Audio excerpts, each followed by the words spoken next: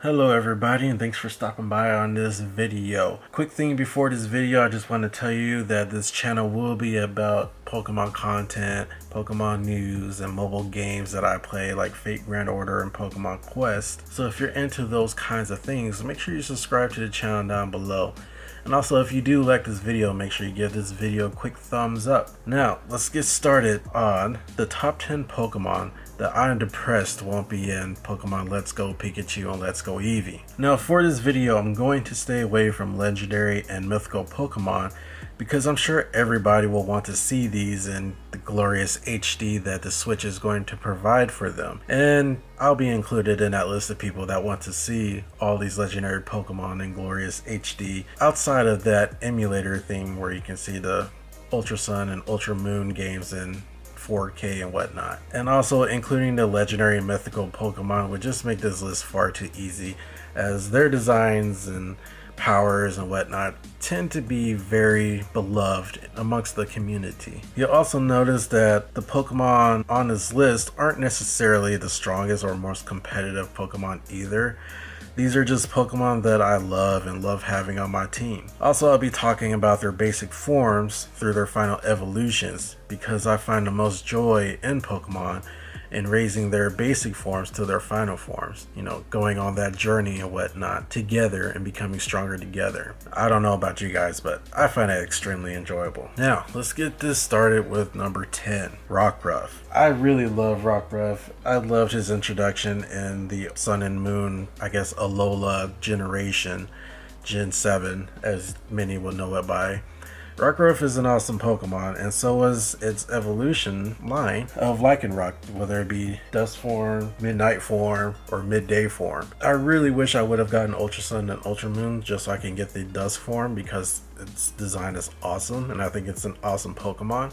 And I mean, how awesome is it to have such a loyal dog with you that has 3 different evolution possibilities? It's almost like an Eevee if you really think about it. So that's just my number 10 Pokemon. Rockruff doesn't have the strongest evolution line, ever, or any kind of way. I don't think it's very competitive, but I do really like Rockruff. It's a cute Pokemon, and Lycanroc is just awesome, especially the Dusk form. Alright, so now number 9 on the list, Shinx. I fell in love with Shinx in the, what was it, Generation 4? I can't remember what generation it was in. But I fell in love with Shinx in its evolution line. I mean, it's like an electric cat almost. And it's awesome, and I have a strong love for cats. I love cats. I'm not going to be like that crazy lady in, what was it, eHarmony, that just loved cats so much that she started crying in her video. I really love cats. But I did love Shinx. Although Shinx doesn't have the greatest move pool for an electric type, most electric type moves are, special attacks, not physical attacks. So it's not a very strong electric type Pokemon. But I do love its design, especially its final evolution in Luxray. Luxray is a freaking awesome looking Pokemon. Its base stat total is only 523, but it's an awesome Pokemon, especially if you get it with Intimidate. You can take down some people with it. Alright, next Pokemon on the list, number 8, will be Froakie. Now, I wasn't a huge fan of the Kalos games, the Kalos region, Gen 6, but I really did love Froakie, and so did a lot of people. A lot of people loved the Froakie evolution line. Because I mean, come on, a ninja Pokemon? That's just awesome. If my brother was still around, he would be in love with this Pokemon. But Greninja is awesome. Its base stats are 530, which is not bad. But its hidden ability Protein is something to be reckoned with. And especially if you can get the special Froakie, or special Greninja really, with the ability for Battle Bond to turn into Ash Greninja. It's freaking awesome, I gotta say. I love Ash Greninja. It's pretty awesome. And luckily I have one that I will be transferring over to, I guess, Gen 8 whenever I can. That isn't a very high level, so I have a little bit of fun with it before I can no longer use it again. Because I like to start new games in my Pokemon games and start their journey all over, so I'll be able to use them once and that'll be essentially it. Next Pokemon on the list will be number 7, Trapinch. Now, Trapinch it's a pretty weak Pokemon. Well, he has a high attack, but everything else is just weak, and that's something that's typical of Pokemon in the Dragon evolution line. And yes, it starts off as a ground type, and it turns into a ground dragon. And that's just awesome. And plus the design of Flygon is just pretty epic. I really like it. Flygon is an awesome Pokemon, not necessarily the strongest again, but it looks really cool, has really good stats, and it's a flying dragon. It's a flying ground, sand kind of dragon.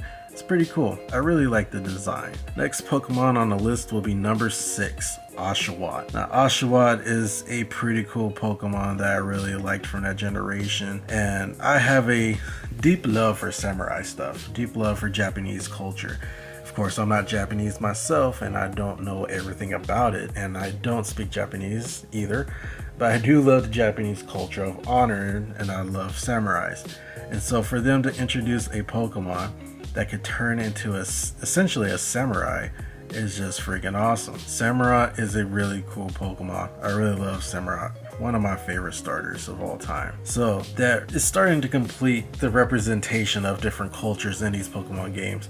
We have a ninja frog and we have a samurai, I don't know what you would call this thing, samurai dolphin? I don't know. Anyways, tell me what you think down below, if it's a dolphin or if it's something else, or if it's an otter, since Oshawott is essentially an otter when it starts off. Alright, now time for number 5 on the list. And number 5 will be Riolu. And I know a lot of people just roll their eyes because Riolu is like something that a lot of people like.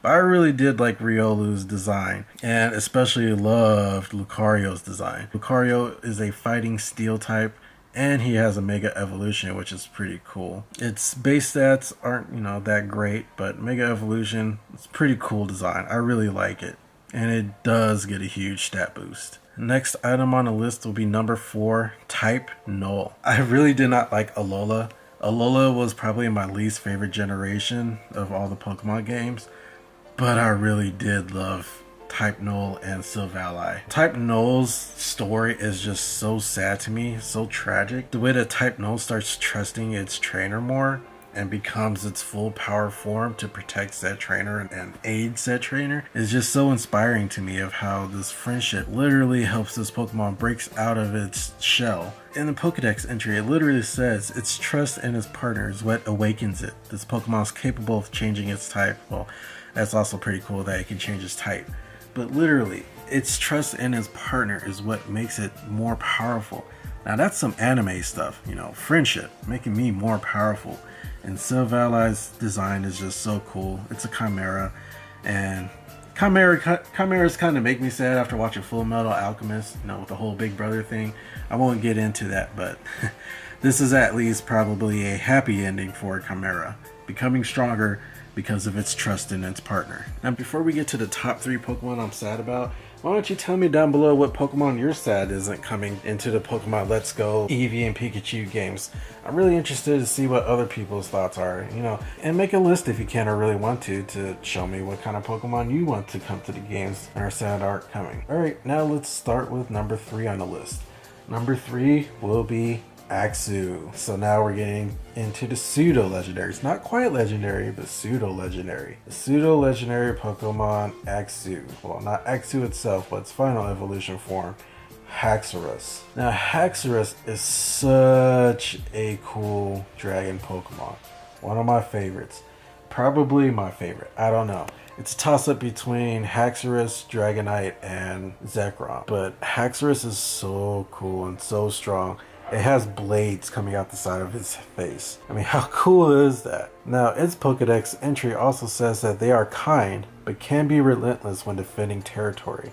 So not only is it an incredibly strong and deadly Pokemon, but it's also really kind, which is so cool that for this Pokemon to be as strong as it is, and as deadly as it is, it's actually very kind. Looks can be deceiving in this case. And plus, its shiny design being all black, it's so cool. I really like Haxorus, and I really like the Axew line. Alright, now let's get on with number 2 on the list.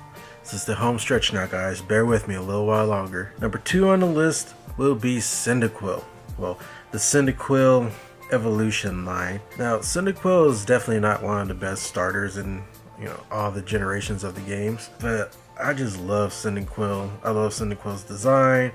I love Cyndaquil's evolution into Quilava, how the fire comes out of its head and tail. Well, And then the final evolution of Typhlosion, where its mane is fire. I think that Typhlosion is an awesome looking Pokemon. Cyndaquil is probably the cutest starter Pokemon, to me at least. And its shiny sprite's a pretty interesting color as well.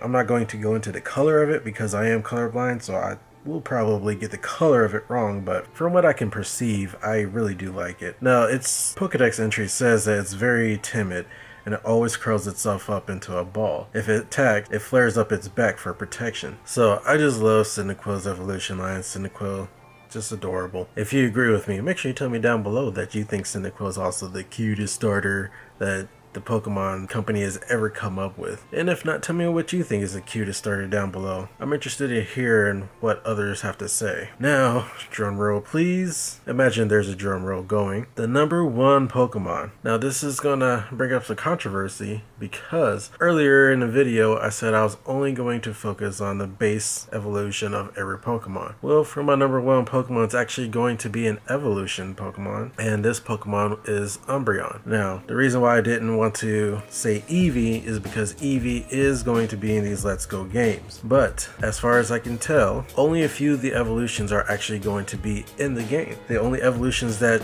will be in the game will be Vaporeon, Flareon, and Jolteon. Umbreon, Espeon, Leafeon, Glaceon, and Sylveon will not be in these games, which makes me very sad because Eevee is such a versatile Pokemon. And of all of its evolutions, Umbreon is definitely my favorite of them all. I just love Umbreon's design, and Umbreon's shiny is also such a cool design, such a cool color, how it's what I believe to be blue.